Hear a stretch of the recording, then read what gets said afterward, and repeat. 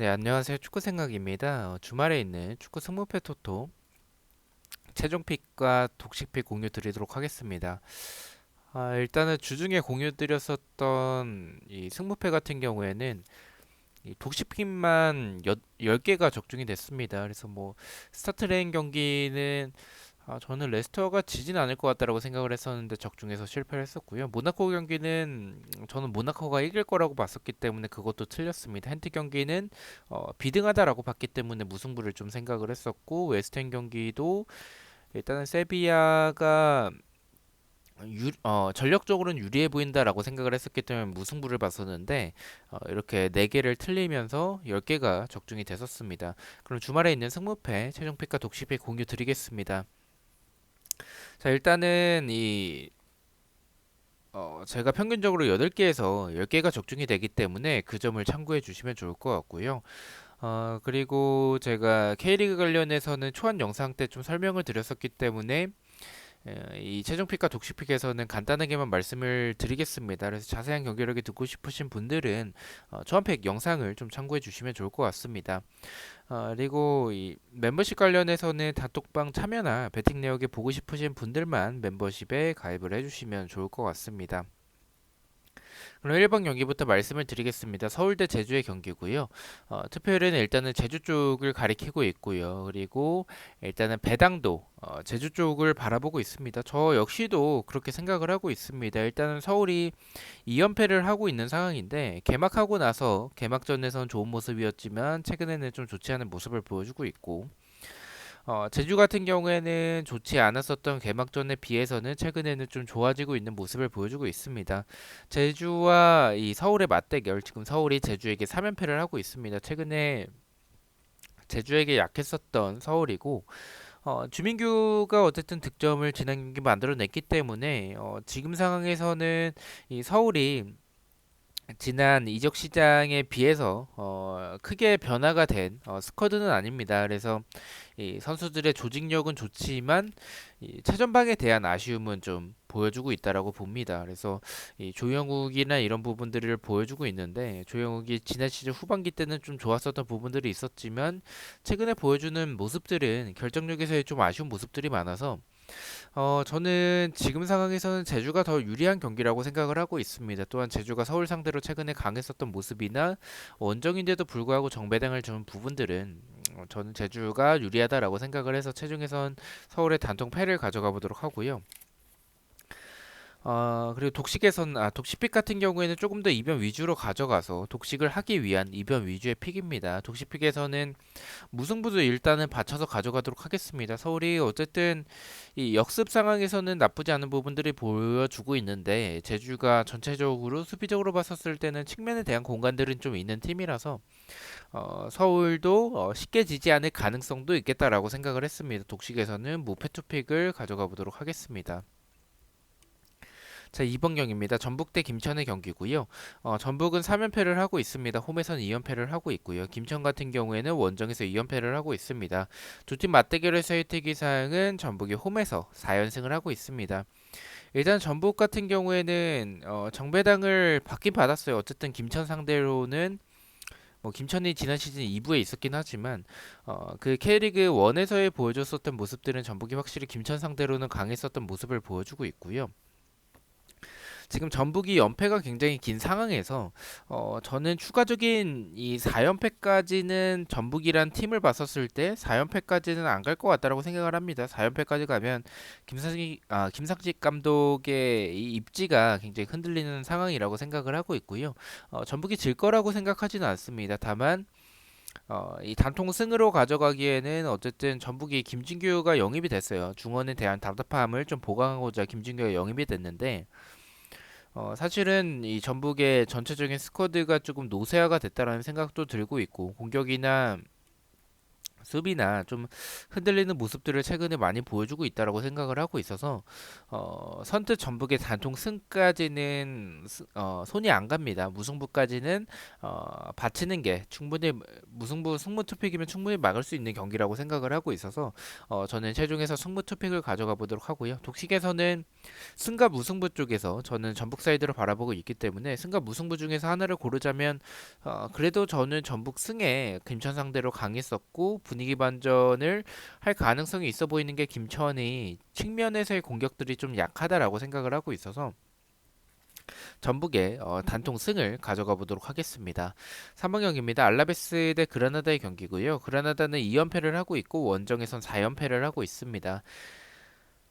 이 경기를 처음에는 지우려고 좀 고민을 했습니다. 그만큼 그라나다가 원정에서의 보여주는 모습들이나 최근에 흐름이 좋지 않은 상황이고 알라베스도 사실은 역습이 좋긴 한데 지금 뭐 최근에 이번 시즌 모습들이 굉장히 좋지 않은 모습을 보여주고 있는 팀이죠. 그래서 그 부분에 있어서 승무패로 좀 지우는 부분에 있어서 좀 고민을 많이 했습니다. 하지만 투표율이 어느 정도 좀 균등하게 분배가 됐고 그라나다가 지금 원정에서의 좋지 않은 흐름이나 리그에서도 좋지 않은 흐름을 보여주고 있지만 알라베스와 비교했었을 때는 경기력은 조금 더 그라나다가 앞선다라고 생각을 합니다. 그라나다의 한방 그리고 알라베스의 역습을 좀 생각을 해봐야 되는데 그라나다가 수비적으로 공간이 좀 많은 편에 속해서 그리고 원정에서의 좋지 않은 그라나다라서 그라나다 승까지는 손이 안 갑니다. 알라베스가 배당도 낮게 책정이 됐기 때문에 그래서 저는 무승부가 가장 적합한 경기라고 생각을 하고 있어서 최종에선 단총 무승부를 가져가 보도록 하고요. 독식에서는 승도 받쳐서 가져가도록 하겠습니다. 알라베스가 생각보다 너무 낮은 정배당을 받았다라고 생각을 해서 알라베스의 경기력으로는 이 정도의 배당을 받을 경기는 아니라고 생각을 하고 있습니다. 배당을 좀 생각을 해서 독식에선 승부 투픽을 가져가 보도록 하겠습니다. 4번 경기입니다. 엘체 대 발렌시아의 경기고요. 두 팀 맞대결에서의 특이사항은 엘체가 발렌시아 상대로 2연패를 하고 있습니다. 발렌시아가 2연승을 하고 있는 상황입니다. 저는 개인적으로 이 경기는 엘체의 단통 패로 발렌시아의 승을 좀 생각을 하고 있습니다. 일단 발렌시아가 원정이지만 일단 정배당을 좀 받은 부분이 있겠고 투표율도 좀 많이 몰렸죠. 엘체가 지난 경기 때는 생각보다는 나쁘지 않은 경기력을 보여주긴 했지만 이변을 만들어냈죠. 근데 엘체가 최근에 보여주고 있는 경기력에서의 그런 부분들 발렌시아가 흐름이 그렇게 좋은 상황은 아니지만 엘체의 수비적인 공간들을 봤었을 때는 발렌시아의 공격력이라면 저는 충분히 득점이 가능하다라고 생각을 하고 있습니다. 이 경기는 의심 없이 엘체의 단통 패로 최종과 독식 모두 가져가 보도록 하겠습니다. 5번 경기입니다. 오사수나 대 레반테의 경기이고요. 이 경기도 일단 오사수나가 낮은 정배당을 받았고 레반테 같은 경우에는 수비적으로 미드진의 수비 가던도 부족하고 공간도 좀 많고 수비가 전체적으로 좋지 않은 팀입니다.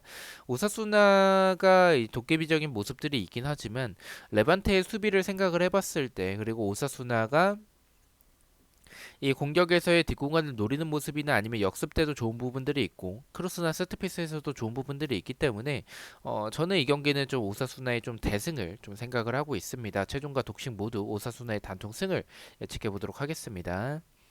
자, 6번 경기입니다. 라요 대 아틀레티코의 경기이고요. 아틀레티코는 4연승을 하고 있습니다. 원정에서는 2연승을 하고 있고요. 두 팀 맞대결에서의 특이사항은 라요가 AT 상대로 5연패를 하고 있습니다. 한마디로 아틀레티코가 라요 상대로 좀 강했었던 모습들이 있는데 지금 아틀레티코의 흐름도 좋고 그리고 라요 상대로도 강했었던 모습들 그럼에도 불구하고 이 배당이 저는 개인적으로 좀 이해가 되지 않습니다. 아틀레티코가 물론 원정에서의 경기라는 점을 생각을 해봐야 될 것 같긴 한데 원정에서의 경기를 생각을 하더라도 라요가 지난 경기 때 분위기 반전에 성공을 했긴 했지만 그 전까지 연패를 좀 하고 있었던 팀입니다. 그만큼 지금 공격적으로도 무뎌지고 수비적으로도 좀 불안한 부분들이 많은데도 불구하고 아틀레티코의 배당이 너무 높지 않나라고 생각을 합니다. 이 정도의 1.8점대 배당이면 사실은 이 지금의 경기력과 흐름만 봤었을 때는 아틀레티코에게 너무 이 꽁승 배당을 준 것 같아서 이 경기는 좀 의심해 볼 만한 필요성이 있다라고 생각을 하고 있고요. 경기력은 당연히 아틀레티코겠지만 저는 이 배당을 생각을 했었을 때는 오히려 무승부에 조금 더 중점을 두고 있는 경기입니다. 그래서 최종에서는 무패 투픽을 가져가 보도록 하고요. 독식에서 말씀드렸듯이 배당 때문에 무승부에 조금 더 중점을 두고 있는 경기라서 라유의 단통 무승부 예측해 보도록 하겠습니다. 7번경입니다. 수원FC 대 대구의 경기고요. 두 팀 맞대결에서의 특이사항은 수원FC가 홈에서 대구에게 4연패를 하고 있습니다. 일단은 수원FC가 정배당을 받긴 했습니다. 근데 사실은 좀 애매한 경기라고 생각을 해요. 일단은 대구가 아챔에서의 그런 승부차기까지 갔었기 때문에 체력적인 부담은 분명히 있을 것으로 생각을 하고 있고요. 수원 FC 같은 경우에는 공격진의 이제 공백으로 인해서 좀 이번 시즌 지금 첫 승이 없다가 진행 경기 때 첫 승을 했죠.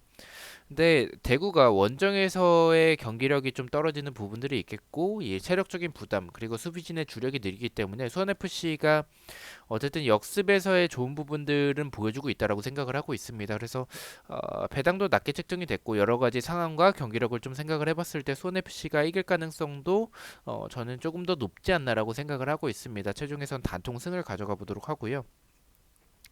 독식에서는 아무래도 이 수원 FC의 이 공격진의 공백이 좀 걸립니다. 그래서 그 부분을 생각해 봤을 때는 결정력이 좀 떨어지는 부분들이 있을 것 같긴 해서 저는 그 부분을 바라보고 수원FC의 단통 무승부로 독식에서는 이변으로 가져가 보도록 하겠습니다.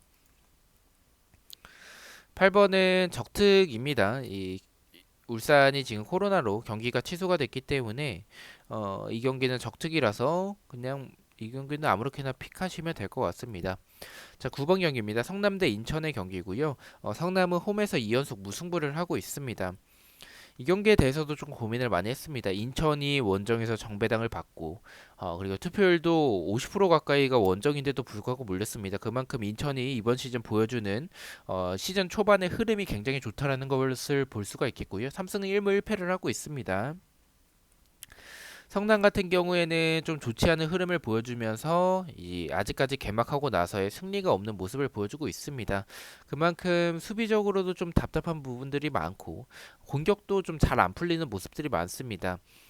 이 압박이나 세트피스 상황에서는 좀 좋은 부분들이 있지만 그거 외에는 사실은 크게 기대가 되지 않는 성남이고요. 그래서 인천 사이드라고 생각을 합니다. 성남 승은 개인적으로 생각하고 있지는 않습니다. 다만 인천 쪽보다는 저는 조금 더 무승부를 생각을 하는 게 일단 인천 쪽으로 몰리면 좀 불안하다라는 생각이 들고요. 홈에 비해서 원정에서 좀 떨어지는 경기력이라든지 아니면 인천이 이 지금 시즌 초반에 좋은 흐름을 보여주고 있지만 그 흐름에 비해서 경기력이 좋다라고 느껴지지는 않습니다. 그만큼 좀 꾸역승도 좀 있다라고 생각을 하고 있어서 상대의 실수라든지 아니면 뭐 페널티킥 뭐 이런 부분들이 좀 많다라고 생각을 하고 있습니다. 성남이 압박 자체는 나쁘지 않기 때문에 인천이 그 압박에 조금은 힘겨워할 가능성도 있다라고 생각이 들어서 최종에서는 단속 무승부를 가져가 보도록 하고요. 독식에서는 지금 성남의 상황이 워낙에 안 좋은 부분은 분명히 많고 인천의 흐름 자체에는 좋은 부분들이 좀 있기 때문에 독식에서는 정배당대로 성남의 단통 패를 가져가 보도록 하겠습니다. 10번 경기입니다. 에스파뇰 대 마요르카의 경기고요. 마요르카는 5연패를 하고 있습니다. 원정에서도 5연패를 하고 있고요. 두 팀 맞대결에서의 특이사항은 에스파뇰이 마요르카에게 2연패를 하고 있습니다. 이 경기도 좀 고민을 많이 했습니다. 에스파뇰이 배당이 낮게 책정이 됐긴 하지만 이 배당에 비해서 투표율이 너무 몰렸다라고 생각을 합니다. 1.8점대가 넘는 배당인데도 불구하고 투표율이 70%가 넘어가는 투표율. 저는 좀 의심해 볼 만한 필요성이 있는 경기라고 생각을 하고 있고요. 에스파뇰이 사실 이렇게 낮은 배당이라든지 아니면 이 정도로 투표를 몰릴 만큼 경기력이 좋다라고 느껴지지는 않습니다. 물론 공격적으로는 데토마스가 있기 때문에 이런 적은 찬스에도 불구하고 결정을 내어주는 그런 부분들이 있긴 하지만 일단 수비적으로는 너무 아쉽다라고 생각을 해요. 공간적으로 좀 많기 때문에 마루카가 저는 공격적으로는 좀 번뜩이는 장면들이 분명히 있다라고 생각을 하고 있고 지금 연패가 너무 길기 때문에 에스파뇰 상대로 6연패까지는 좀 갈 정도의 경기력은 아니라고 생각을 합니다. 그 부분은 에스파뇰의 경기력도 그렇고 마요르카의 경기력도 그렇고요.